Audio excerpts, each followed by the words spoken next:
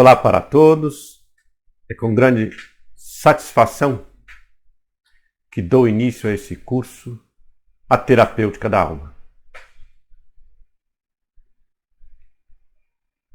Há mais de 25 anos venho direta e indiretamente trabalhando com o tema através do ensino de meditação para pequenos grupos e para pessoas que me procuram para estudar particularmente. Nos últimos 15 anos, temos gravado as nossas aulas, os nossos encontros, para disponibilizar tanto para aqueles que estudam conosco, como para outros que, não podendo vir ao encontro ou estando distante, solicitaram a nós essas gravações. Agora, iniciamos aí uma nova fase, que é a gravação em vídeo, tanto para aqueles que estão junto conosco, como para aqueles que estão em outras cidades, em outros estados e mesmo alguns que estão em outros países. Assim, esperamos que com essas gravações em vídeo e com o aprimoramento disso ao longo do tempo, possamos atingir mais pessoas, possamos nos comunicar com um grupo maior de interessados nos temas que venho desenvolvendo ao longo desses anos. Quando me recordo daquilo que trabalhei, tenho, por exemplo, que retomo hoje de uma forma mais estruturada a própria terapêutica da alma, o estudo e a prática da meditação, a psicologia do despertar, que foi um trabalho que desenvolvemos durante 2 anos, aspectos da filosofia antiga, o que inclui o pensamento de Sócrates, os estoicos, os epicuristas. Trabalhamos durante muito tempo as questões do pensamento de Buda e o seu desenvolvimento voltado eminentemente para a libertação da mente.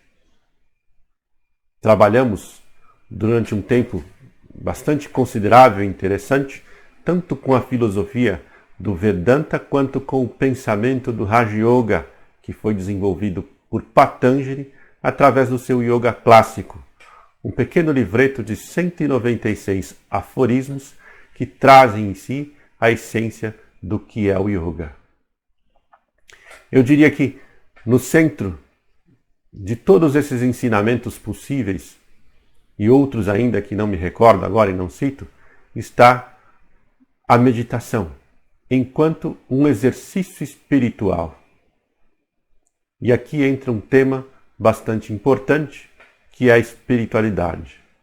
Todo esse trabalho, a terapêutica da alma, está diretamente relacionado com a espiritualidade.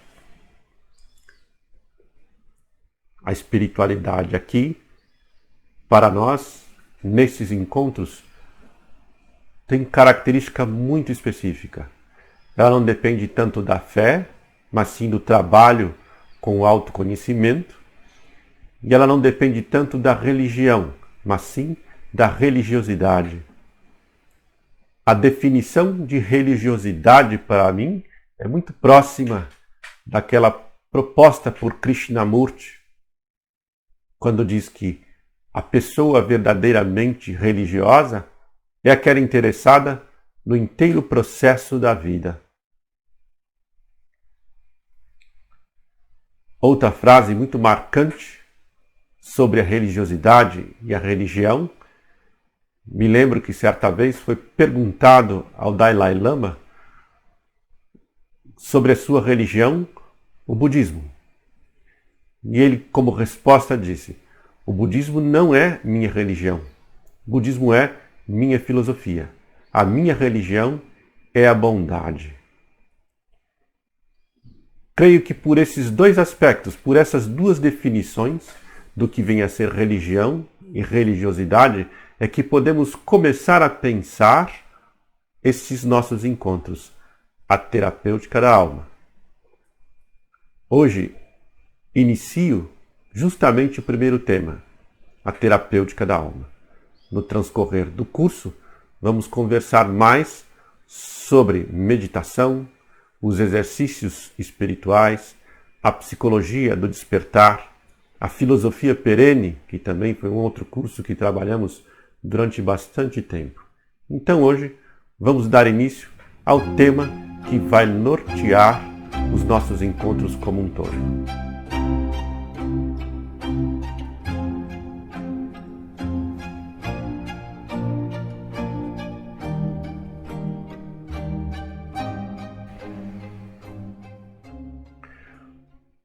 Por onde podemos começar? Dando uma definição, um conceito sobre o que vem a ser a terapêutica da alma. A questão essencial da filosofia é a formulação de conceitos que podem nos auxiliar a dar uma interpretação adequada ao mundo. As representações, que é um tema que logo, ainda nesta aula, vamos conversar um pouco. Então, neste nosso início, eu me pergunto, qual a representação mais adequada sobre o que vem a ser a terapêutica da alma? Eu começo com uma breve história pessoal.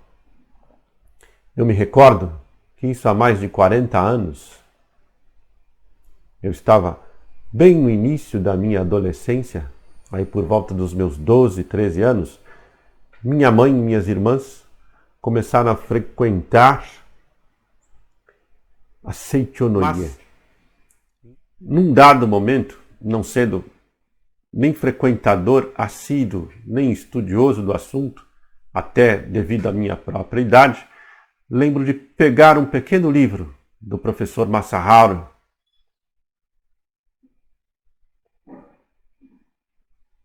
e uma frase me chamou muito a atenção. A frase dizia: reconcilia-te com todas as coisas do céu e da terra, e tudo será teu amigo. Reconcilia-te com todas as coisas do céu e da terra, e tudo será teu amigo. O que me recorda que, ao ler este pequeno texto, algo como uma corrente elétrica energizou todo o meu corpo e uma sensação muito agradável despontou em minha mente, em meu coração. Havia um certo calor, um certo ardor e mesmo uma ânsia por todas as coisas boas do mundo. É assim que posso descrever hoje a sensação que tive ali quando era ainda quase criança e li esse pequeno trecho de um livro do professor Masaharu. Não sou shintoísta, nem tenho ligação com a Seichonoye, mas ainda guardo em meu coração este momento e essa pequena frase: reconcilia-te com todas as coisas do céu e da terra e tudo será seu amigo. Hoje, após mais de 40 anos, creio ser exatamente essa a essência da terapêutica da alma. A função essencial dessa atividade espiritual é justamente nos reconciliarmos com todas as coisas do céu e da terra. Nos reconciliarmos conosco, nos reconciliarmos com todas as pessoas com quem compartilhamos esse mundo incomensurável, contraditório, maravilhoso e assustador. Nos reconciliarmos com o cosmos, como diriam os estoicos, nos reconciliarmos com a unidade da vida. Então, de forma poética, essa é a definição, este é o conceito a representação que trago para vocês, a representação poética do que vem a ser a terapêutica da alma. Reconciliar-se com todas as coisas do céu e da terra para tornar-se um amigo do mundo e para que o mundo seja seu amigo. Agora, em termos filosóficos, o que vem a ser a terapêutica da alma? É o uso da filosofia para a pacificação da nossa alma. Embora essa definição seja muito direta e aparentemente simples, ela traz questões que precisam ser esclarecidas e refletidas. Primeiro, a questão própria do que é filosofia no contexto da terapêutica da alma. Quando penso em pesquisadores modernos, o brasileiro José Davi Passos, ou mesmo os franceses Pierre Hadot e Michel Foucault, quando tratam da terapêutica da alma, todos esses pensadores modernos, esses filósofos da atualidade, se voltam para a filosofia antiga. Mas podemos dizer que a terapêutica da alma consiste justamente no uso da filosofia para a pacificação da alma, tendo como objeto de estudo e apreciação a filosofia que se desenvolve de Sócrates até mais ou menos a queda do Império Romano, onde temos aí a última grande escola deste período, que são os estoicos. Então, neste curso vamos tratar, no que se refere ao Ocidente, justamente os filósofos e pensamentos que correspondem a este período.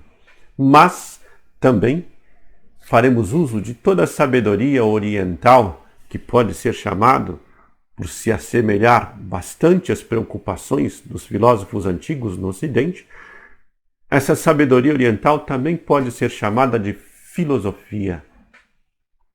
Assim, escolas como o Vedanta, o budismo, o taoísmo, o Advaita, e mesmo o pensamento mais moderno e próximo de nós, como Krishnamurti, que pode ser considerado um neo-Advaita.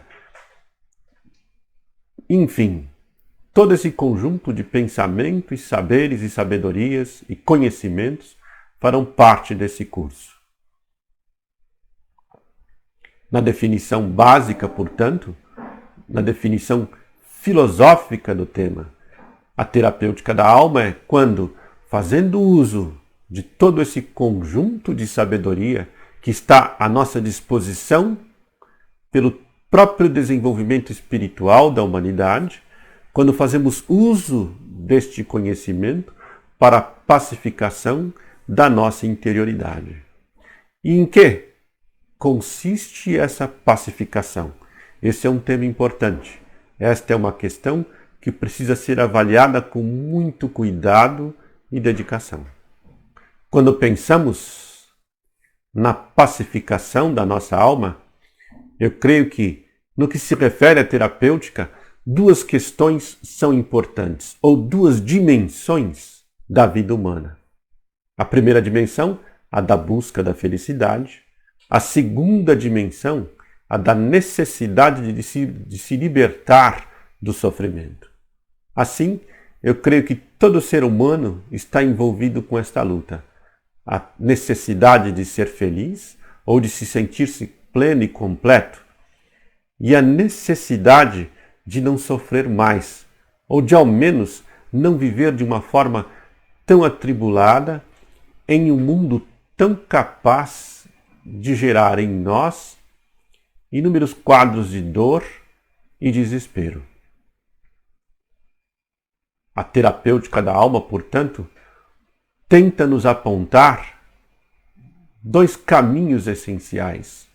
Um que se refere a como realizar a felicidade plena que desejamos, a como realizar o bem-estar ou a completude que buscamos.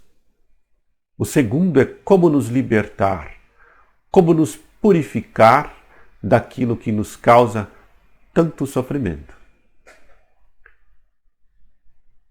Então, Se você se interessa por esse curso, essencialmente, creio que é sobre essa temática que você precisa refletir.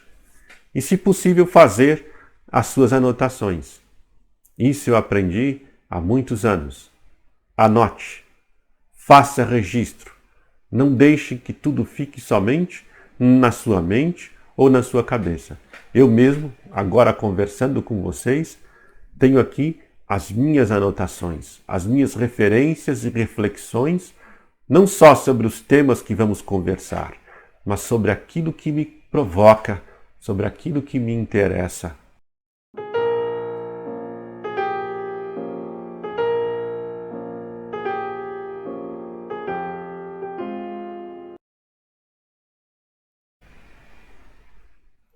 A questão de anotar me faz recordar o modelo de meditação do imperador Marco Aurélio, que foi um dos mais expressivos pensadores estoicos do período romano. Marco Aurélio costumava pegar frases de professores, de mestres estoicos do passado, anotar em um lugar e depois reescrever várias vezes aquele conceito, utilizando as suas palavras, utilizando o seu modo de pensar e refletir sobre o mesmo assunto. Então, por exemplo, Epíteto, que foi um escravo e também considerado um dos grandes representantes do estoicismo, escreve certa vez que aquilo que nos incomoda, mais ou menos isso são suas frases, aquilo que nos incomoda não são as coisas do mundo, mas o juízo, o pensamento que fazemos sobre essas coisas. Marco Aurélio, pegando esta frase, passa a refletir sobre ela e em seu diário a reescreve e a comenta de formas diferentes.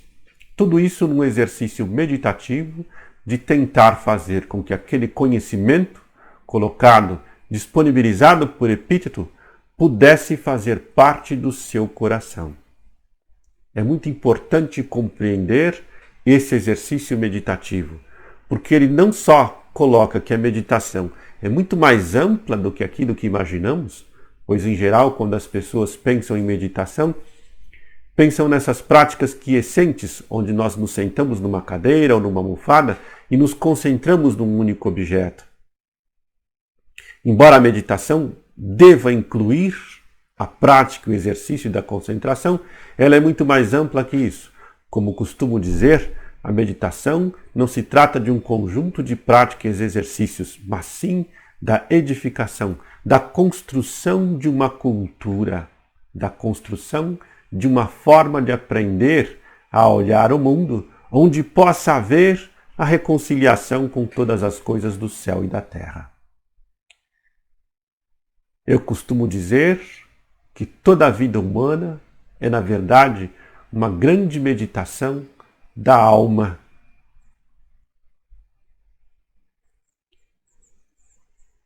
A filosofia, no seu sentido terapêutico, não tem outro fundamento a não ser nos ajudar a criar um diálogo interno, uma meditação onde nós e nossa alma poderemos dialogar e assim purificar aquilo que necessita ser purificado para que possamos alcançar a sabedoria que desejamos. Claro que do pouco que disse agora, muitas questões se tornam pertinentes e são respostas que de imediato não poderei dar, porque isso escaparia ao escopo desta aula. Porque eu estou dizendo que existe em nós a alma e existe nós que observamos a nossa alma. Precisamos entender essa dualidade da consciência. E isso creio que com o tempo poderemos chegar a um bom termo na discussão dos conceitos filosóficos que nos ajudam a falar sobre o tema.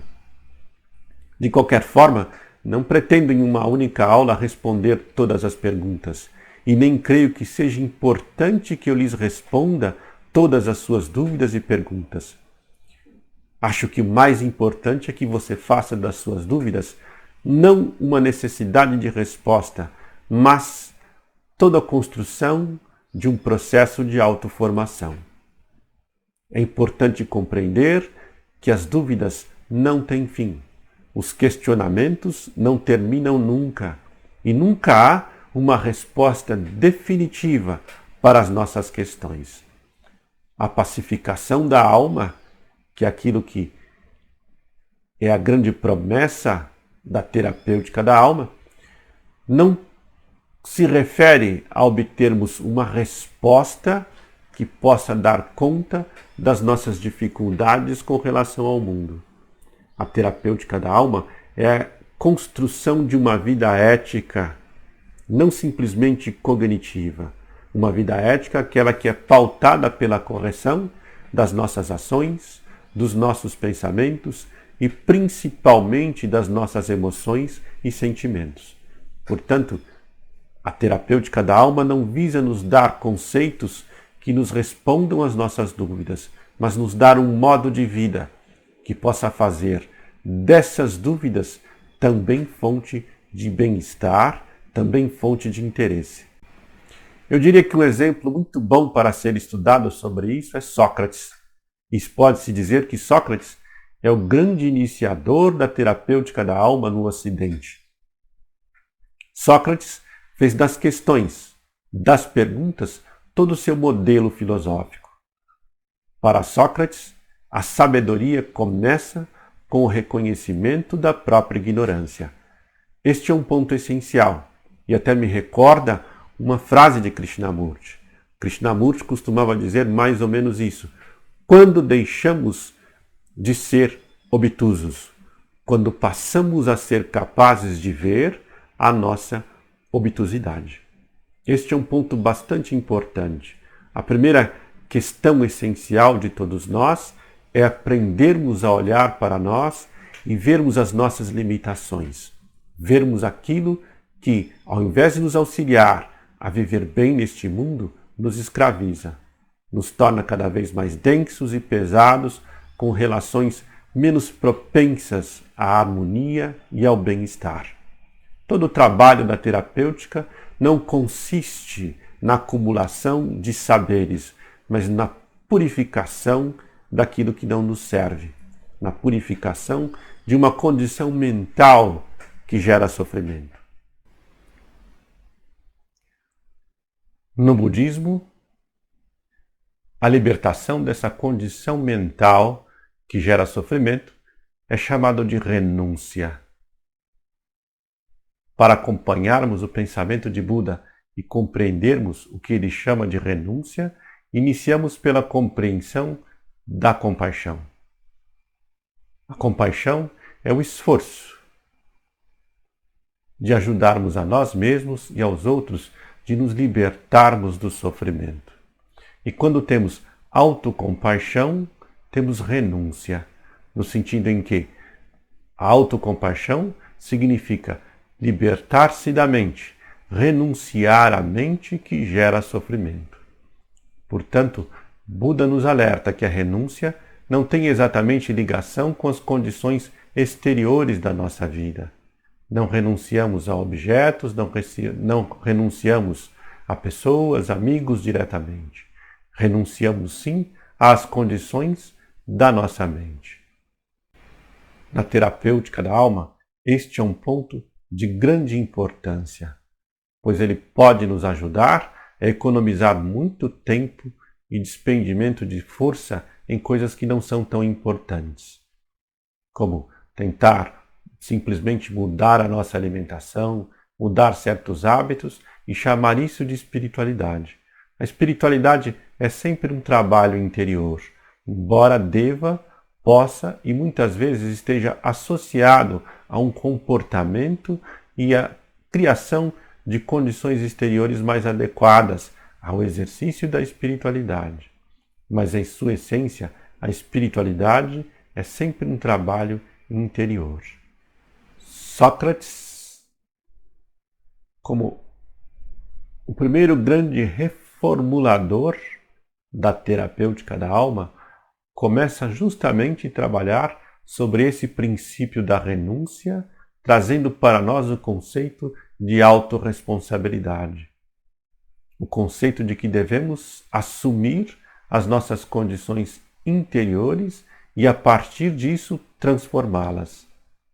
Na antiguidade, antes de Sócrates, a terapêutica era fundamentada na fé, nos rituais religiosos, na produção de elixires, na visita aos templos das divindades que, por piedade, podiam ou não minorar as nossas dificuldades.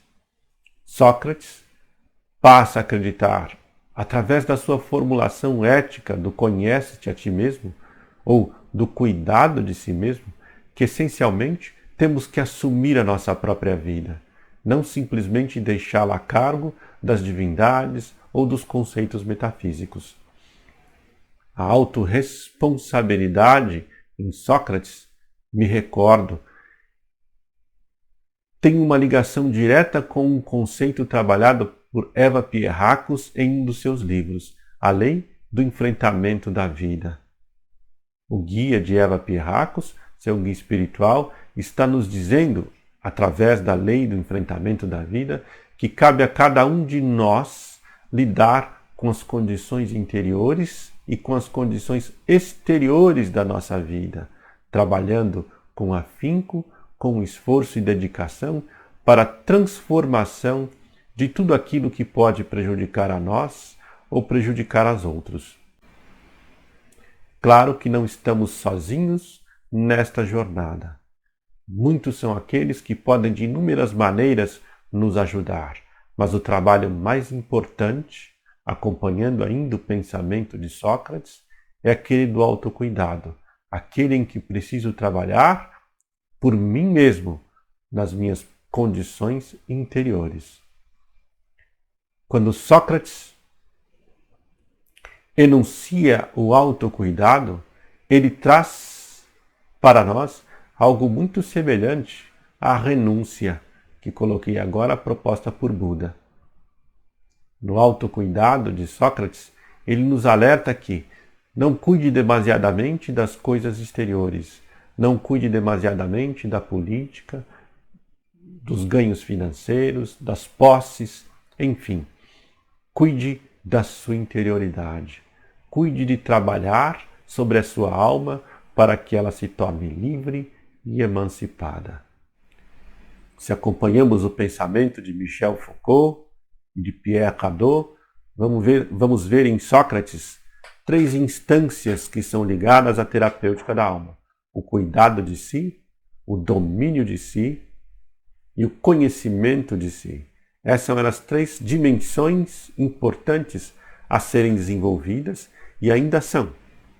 Se você pretende se aprofundar naquilo que propõe estes nossos encontros, justamente esses são os aspectos que você precisa desenvolver: o cuidado de si, o conhecimento de si e o domínio de si. Fazemos uso da filosofia para atingir essas 3 condições importantes na nossa formação como um todo. E aí retomo um pouco do que estava falando na definição da terapêutica da alma, uma definição filosófica, é quando fazemos o uso da filosofia para a pacificação da nossa alma. Compreende termos uma noção muito clara do que vem a ser essa filosofia, que corresponde, como já disse, desde o período de Sócrates até mais ou menos o final da queda do Império Romano. A filosofia aqui não se refere ao uso especulativo dos discursos ou dos discursos que visam teorizar sobre a realidade, sobre o mundo, como hoje é feito normalmente nas academias. Hoje, mais do que nunca, a atividade filosófica tem sido bastante abstrata com relação à vida comum. E o filósofo hoje é justamente aquele capaz de refletir não só sobre o conhecimento filosófico do passado, mas de refletir sobre essa abstração e produzir conhecimentos a partir dela. Sei que estou dando aqui uma definição muito simplista do que é o filósofo hoje. Mas mais do que definir como é o filósofo e a filosofia hoje, quero me remeter ao que era o filósofo no passado. Pierre Hadot, em seu livro que trata justamente sobre os exercícios espirituais, vai nos dizer que o filósofo não era aquele que estava na academia.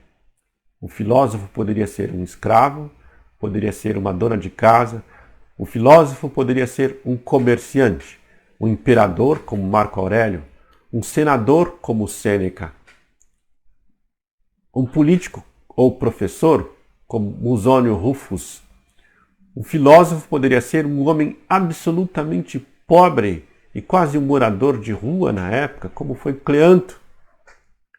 O filósofo poderia ser um erudito e respeitado artista. Ou seja, o ser filósofo, a condição de filósofo, estava disponível a todos aqueles que se aproximassem da filosofia para, a partir dela, constituir um modo de vida. Uma representação muito importante que temos com isso parte ali do período do helenismo, quando Alexandre o Grande morre e não deixa o seu sucessor, toda a Grécia passa a viver com uma diversidade cultural ainda não conhecida e, sobretudo, com uma ameaça constante de dominação por forças estrangeiras. O mundo grego, tal como era conhecido, se perde na sua própria expansão. Alguns costumam dizer que o que Alexandre o Grande mais promoveu na Grécia foi o final da liberdade grega, o final do modo de vida grego. E justamente neste período, quando tudo está tão conturbado e os próprios gregos não se reconhecem mais como gregos, não têm mais a sua identidade por estar vivendo uma globalização muito semelhante àquela que vivemos hoje, onde há tantas crises de identidade, os gregos passam a se voltar para aquilo que possa constituir novamente a sua vida. Um filósofo bastante representativo deste período é Zenon. Zenon se torna justamente o fundador do estoicismo. Muitas pessoas, homens, mulheres, adolescentes, até mesmo crianças, políticos, comerciantes, se aproximaram do pensamento de Zenon para fazer do estoicismo um modo de viver. Essas pessoas eram consideradas como filósofos. Essencialmente, portanto, você é um filósofo na Constituição, na definição que damos para esse curso. Não quando você é capaz de grandes especulações abstratas ou na produção de discursos teóricos sobre a realidade ou o mundo. Você é um filósofo quando usa a sabedoria dos antigos para erigir um modo de vida onde possa haver a pacificação da sua alma. Até a próxima!